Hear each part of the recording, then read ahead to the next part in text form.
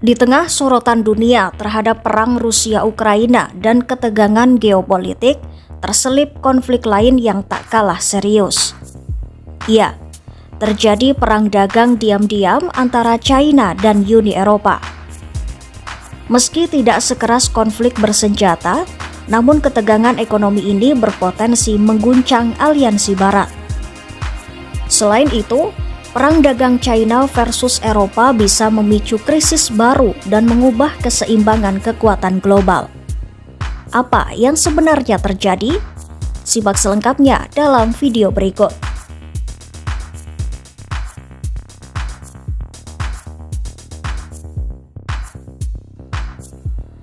Tensi baru muncul antara China dan Uni Eropa dalam bentuk perang dagang senyap yang semakin memanas. Setelah pernah menekan pemerintah AS lewat kekuatan ekonomi dan strategi diplomatik, kini Beijing menerapkan pendekatan serupa terhadap Eropa. Konflik ini tak hanya menyangkut tarif dan ekspor, tapi juga menyentuh isu geopolitik dan posisi global kedua kekuatan besar itu.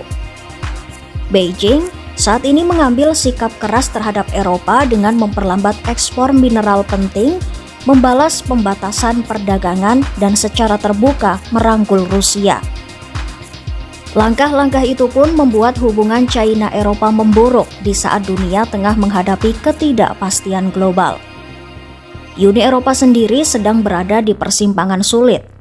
Di satu sisi, Eropa butuh kerjasama dagang dengan China yang menjadi pasar ekspor dan pemasok besar. Di lain sisi, tekanan dari AS mendorong Eropa untuk bersikap lebih keras terhadap Beijing, terutama karena dukungan tersirat Beijing terhadap Rusia. Uni Eropa pun menuduh China melakukan praktik dumping, membanjiri pasar global dengan barang murah bersubsidi seperti mobil listrik dan panel surya yang dianggap mengancam industri lokal. Sementara itu, Brussels juga semakin khawatir dengan sikap China yang dianggap dekat dengan Rusia dan enggan menekan Moskwa untuk menghentikan perang di Ukraina.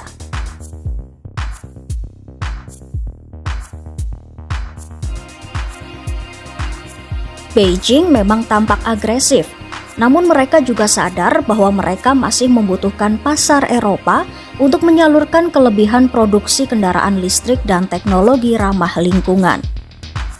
Ya, banyak produk seperti mobil listrik, baterai, dan panel surya buatan China menumpuk di gudang karena pasar dalam negeri jenuh akibat perang harga antar pabrikan.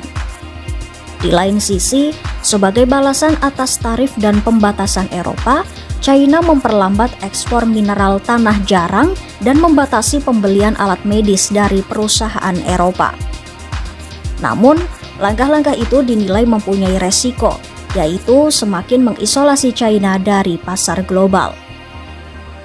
Beijing juga menuduh Eropa melakukan proteksionisme.